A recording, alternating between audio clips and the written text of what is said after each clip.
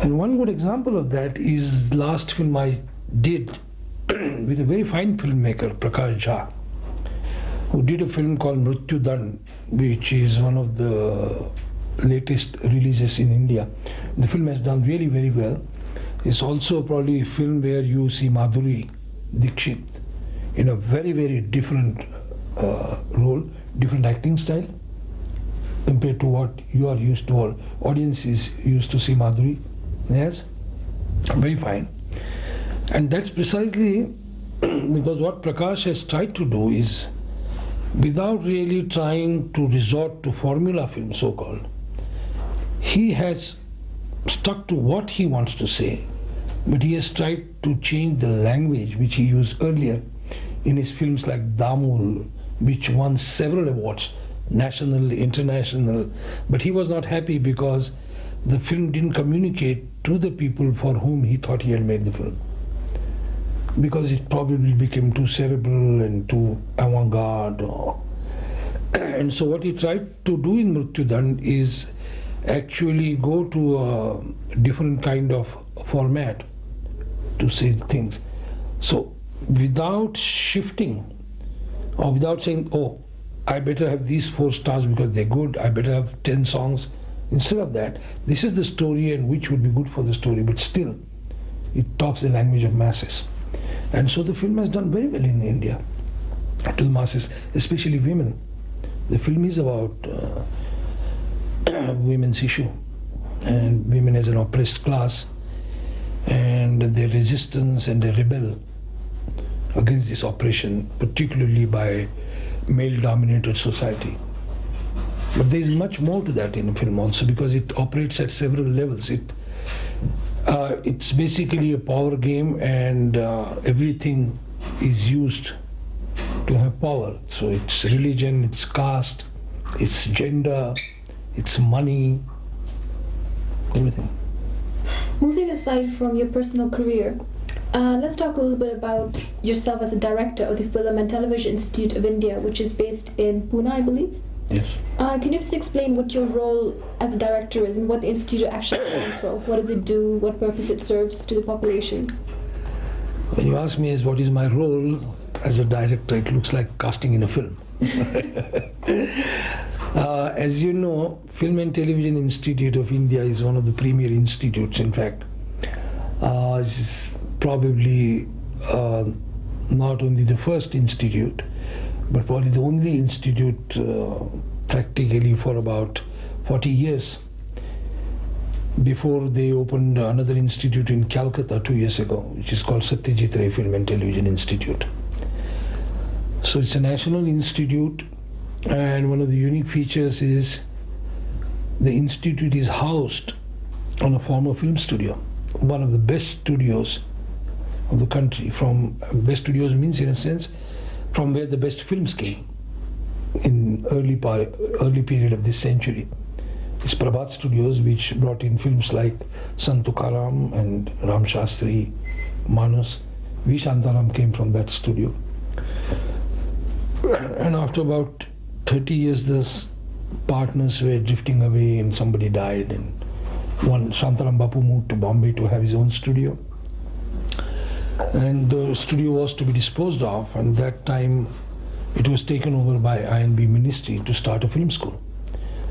So the school started in 1961, and you may be aware there are a number of names in the industry today which have come from this school, starting from Jaya Bhaduri, Shatrughan Sinha, Kumar Shani, Manikal, and many more. So one of the old schools, good schools. And my job or my role as a director is one of being an academic and administrative head of this institute. So it's basically from, it's a student oriented. It has to be. The focal point is a student who has come to the school to become a filmmaker. So he has to be acquainted with different aspects of filmmaking. And there are many, as you know. And so that means that if you have to give him all-round training, either as a director, scriptwriter, an editor, sound engineer, cinematographer. So we run all these courses. And then the function is to develop curriculum for this effective curriculum. As the times change, the technology changes, and over the years now, that filmmaking from celluloid has come to electronic media. So it's not the concept, it's not the content, and the narrative and the story remains the same, but the manner in which you tell the story is different. So now you don't need a film, but you can straightway go to the image on electronic media. You can have digital image, digital sound. So the editing differs not significantly, radically from the traditional method. And so you basically have to take these factors into account and keep on designing and redesigning curricula, then find appropriate people who can teach. Where do you those find these people who are going to teach such extensive training? There are always people around. There are people in the profession.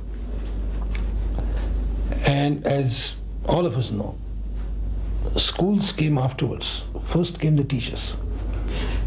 Sure. I mean, the film is older than the school. We celebrated 100 years of cinema. So for first 60 years there was no school, but still we had excellent films. So how did it come? That's how one studies. That how was it that without a school, people became directors and cinematographers from their experience. So that gives us the basic truth of life. That if you are really a good student, a motivated student, and you want to learn something, you don't wait for the school, or you don't even wait for a teacher, because you convert every opportunity into a learning opportunity. So you start as a clapper boy, and you can end up as a studio owner, like Raj Kapoor did, like Shantaram Bapu did. Then why do the schools come? Schools come because everyone is neither as motivated as these few students are, nor everyone is as able or competent enough. He's partially motivated.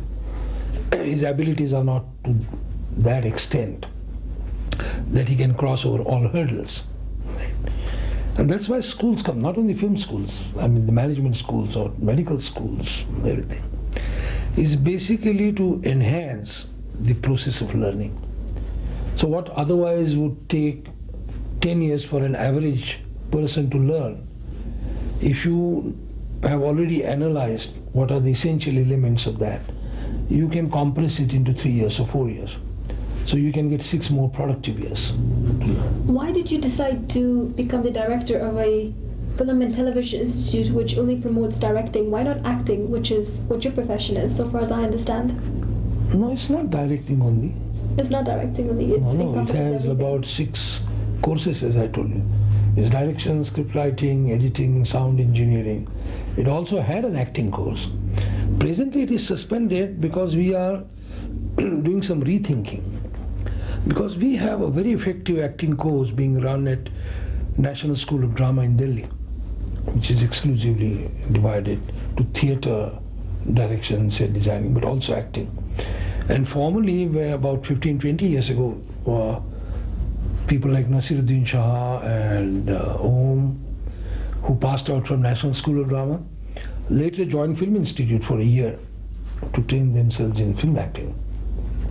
And so we might try to put a module together where you first go to theatre, that gives you wider perspective, come to film acting. So it would also be acting.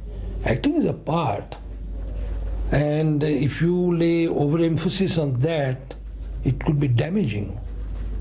Don't you think so? I mean, this is what probably creates star systems, Would you not agree which that, are not necessarily good all the time.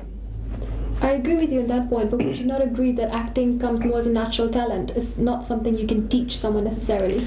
Let me tell you, everything comes as a natural talent.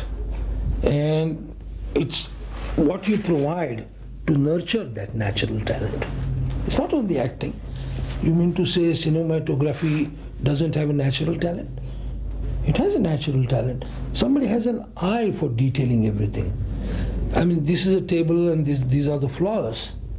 But probably you arrange flowers in a better fashion than I do, because I have that eye. So that becomes cinematography. Acting is because acting is in front of the camera, and that is what people see.